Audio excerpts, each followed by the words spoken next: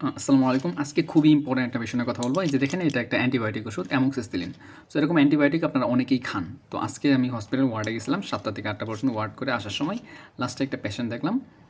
উনার যে জিনিসটা দেখলাম, উনার রিপোর্টগুলা আমি দেখার সময় দেখলাম যে উনার এতগুলো অ্যান্টিবায়োটিক লিস্টের সবগুলো অ্যান্টিবায়োটিক রেজিস্ট্যান্স হয়ে গেছে এবং জাস্ট এটা সামান্য কিছু ভুলের কারণে আপনি অ্যান্টিবায়োটিকটা খাচ্ছেন সামান্য জ্বরের কারণে এবং এটার কারণে একটা সময় দেখা যাবে অ্যান্টিবায়োটিক আপনার শরীরে কাজ করতেছে না, আবার আরেকটা অ্যান্টিবায়োটিক খাচ্ছেন একটা সময় আর কাজ করবে না। সো এই যে অ্যান্টিবায়োটিক রেজিস্ট্যান্সটা কীভাবে হয় সেটা নিয়ে আমি অলরেডি একটা ভিডিও বানাইছি, বাট আমার মনে হলো এটা না আবার কথা বলা দরকার, কারণ আমি আবার আজকে একটা পেশেন্ট দেখলাম যে এই যে জিনিসগুলো এগুলো খুব অহরহ হচ্ছে। অ্যান্টিবায়োটিক অকারণে আসলে খাইতে হয় না। কেন খাইতে হয় না আমি আপনাকে একটু সহজ করে বলি। যে ধরেন আপনার একটা কারণ আছে যে ভাইরাসদের কারণে রোগ হয়েছে, জ্বর হয়েছে, আপনি অ্যান্টিবায়োটিক খেলেন। অ্যান্টিবায়োটিক কিন্তু আসলে ভাইরাসের জন্য না, এটা ব্যাকটেরিয়া মারার জন্য। সো আপনি ভাইরাসজনিত কারণে জ্বর হয়েছে, আপনি তো আর জানেন না আপনার কেন জ্বর হয়েছে। সো আপনি এটা খাইলেন, আসলে কোনো কাজ হলো না। কিন্তু এই যে অ্যান্টিবায়োটিকটা খাইলেন, এই অ্যান্টিবায়োটিকটা বিরুদ্ধে আপনার শরীরটা অ্যান্টিবায়োটিকটা যখন আপনি খাইলেন তখন কী হবে, আপনার শরীরে যে ব্যাকটেরিয়াগুলো আছে তারা হচ্ছে এই অ্যান্টিবায়োটিকের বিরুদ্ধে প্রতিরোধ ক্ষমতা সম্পন্ন হয়ে যাবে। তখন কী হবে, তখন ওই ব্যাকটেরিয়াগুলো আর এই অ্যান্টিবায়োটিকে মারা যাবে না। এবং ফার্দারমোর যে কাজটা হবে যে ওই মানুষটা তার ভেতরে যে ব্যাকটেরিয়াগুলো ক্যারি করতেছে বা যে জিনিসগুলো এগুলো হচ্ছে সহজ, যেখানে কাশি দিবে হাঁচি দিবে, তার মাধ্যমে আশেপাশে সুস্থ একজন মানুষের কাছে যদি কাশির মাধ্যমে হাঁচির মাধ্যমে ওই জিনিসটা ছড়ায় পড়ে, তাহলে ওই নতুন যে মানুষটা সে জীবনে কোনো দোষ করে না, তার কোনো সমস্যা নাই, সে অ্যান্টিবায়োটিক নিয়ে কোনো ঝামেলাও করে না, তারপর আপনার কাছে রেজিস্ট্যান্স ব্যাকটেরিয়াগুলো তার কাছে চলে যাওয়ার কারণে এখন তার শরীরেও এই অ্যান্টিবায়োটিকগুলো আর কাজ করবে না। তাহলে চিন্তা করুন, তারপর উনি একটা জায়গায় আছে, উনি হাঁচি কাশি দিল বা উনার মাধ্যমে যতগুলো মানুষ ছড়ালো, তাহলে চিন্তা করেন একজন থেকে দুজন, দুজন থেকে চারজন, এইভাবে ছড়াইতে থাকবে এবং একটা সময় দেখা যাবে এই অ্যান্টিবায়োটিক আর সারা দেশের অনেকগুলো মানুষের কাজ করতেছে না। এটি আসলে হয়, এইভাবে আসলে অ্যান্টিবায়োটিক রেজিস্ট্যান্স হয়। তখন আমরা কী করি, ওই যে অ্যান্টিবায়োটিকগুলো তখন অন্য জেনারেশনে চলে যায় বা অন্য একটা গ্রুপে চলে যায়। এই সমস্যাগুলো কেন হয় জানেন আপনি? আরেকটা কারণ হচ্ছে যে অ্যান্টিবায়োটিক কোর্স কমপ্লিট না করা। আমি যে পেশেন্টটা আজকে দেখলাম, ওনাকে জিজ্ঞেস করছি যে আপনার তো অনেকগুলো অ্যান্টিবায়োটিক দিয়েছেন, আপনি কি সামান্য জ্বর আসলে অ্যান্টিবায়োটিক খেতেন?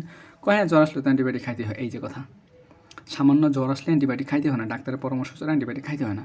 আপনি একটা অ্যান্টিবায়োটিক খেলেন, জ্বর ভালো হয়ে গেছে, আর অ্যান্টিবায়োটিক খাইলেন না, এটাও একটা সমস্যা। আপনাকে যদি ডাক্তার 7টা অ্যান্টিবায়োটিক দেয়, আপনাকে 7টাই শেষ করতে হবে। আপনি 2-3টা খাইয়ে ভালো হয়ে গেলেন, আপনার ধরেন 100টা ব্যাকটেরিয়া আছে, 3টা খাইলে, একটা করে ওষুধ খেলে 20টা করে ব্যাকটেরিয়া মারা যায়, 5টা খাইলে 100টা মারা যাবে। আপনি 3টা খাইছেন, তাহলে কয়টা মারা গেল? 60টা ব্যাকটেরিয়া মারা গেল। বাকি যে 40টা ব্যাকটেরিয়া আছে তারা এখন শিখে যায় যে ও আচ্ছা, এই ওষুধটা আমাকে মেরে ফেলছে, আমার ভাইগুলোকে মেরে ফেলছে, তাহলে আমি আমার মাঝে এমন এমন কিছু চেঞ্জ নিয়ে আসি যে চেঞ্জগুলোর কারণে এই ওষুধ আমাকে মারতে পারবে না। এবং ফিউচারে এই ব্যাকটেরিয়াগুলো যত বাচ্চা কাচ্চা দিবে, প্রত্যেকটা বাচ্চা কাচ্চার ভিতরে ওই শক্তিটা থাকবে, যার কারণে এই অ্যান্টিবায়োটিকের কাজ করবে না তার কাছে। সো এইভাবে আসলে রেজিস্ট্যান্সটা হয়ে থাকে এবং এইভাবে আস্তে আস্তে ছড়ায় পড়ে। তো তখন অনেক জায়গায় ছড়ায় পড়ে, তখন আসলে এই অ্যান্টিবায়োটিক কারোর ক্ষেত্রে কাজ করে না। চিন্তা করেন আপনার সমস্যার কারণে অন্য একটা মানুষ সাফার করতে হচ্ছে তখন।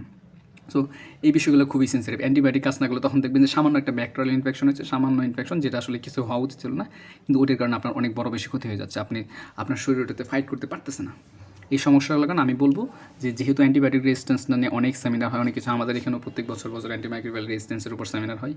সো আপনারা নিজেরা সতর্ক থাকবেন, হুদে অ্যান্টিবায়োটিক খাবেন না, অকারণে অ্যান্টিবায়োটিক খাবেন না। আর যদি ডাক্তার অ্যান্টিবায়োটিক খাইতে দেয়, 1-2টা খাই ভালো হয়ে গেলে খাওয়া বাদ দেবেন না, তারপরেও সবগুলো শেষ করবেন। এটা হচ্ছে দ্বিতীয় কথা। আর হচ্ছে যদি এরকম কোনো সমস্যা দেখা যায়, তাহলে অবশ্যই ডাক্তারের পরামর্শ নিয়ে ট্রিটমেন্ট নেবেন। আন্দাজে নিজে থেকেই সামান্য জ্বর আসলে যে অ্যান্টিবায়োটিক খাবেন না, এটা সবথেকে বড় কথা। যাই হোক, ভালো থাকেন সবাই, সুস্থ থাকেন, অ্যান্টিবায়োটিক সচেতনতা করে তুলুন এবং আপনার আশেপাশের মানুষগুলোকে সচেতন করুন। এই অ্যান্টিবায়োটিক রেজিস্ট্যান্স আস্তে আস্তে এমন অবস্থায় চলে এসেছে যে সারা দেশে তখন একটা অ্যান্টিবায়োটিক কাজ করবে না, সারা একটা গ্লোবাল পজিশনে চলে যাবে, তখন অ্যান্টিবায়োটিক বাদ দিয়ে আরেকটা অ্যান্টিবায়োটিক যেতে হয়, ওইটাও যখন রেজিস্ট্যান্স হবে তখন আরেকটাতে যেতে হয়। সো আপনি কত চেঞ্জ করবেন এভাবে? তার থেকে ভালো নিজে সতর্ক হন, অকারণে অ্যান্টিবায়োটিক খাবেন না, ডাক্তারের পরামর্শ নিয়ে খাবেন, খাইলেও সম্পূর্ণ কোর্স শেষ করবেন যতগুলো আপনাকে ডাক্তার দিছে। সবাই ভালো থাকেন, সুস্থ থাকেন, আসসালামু আলাইকুম।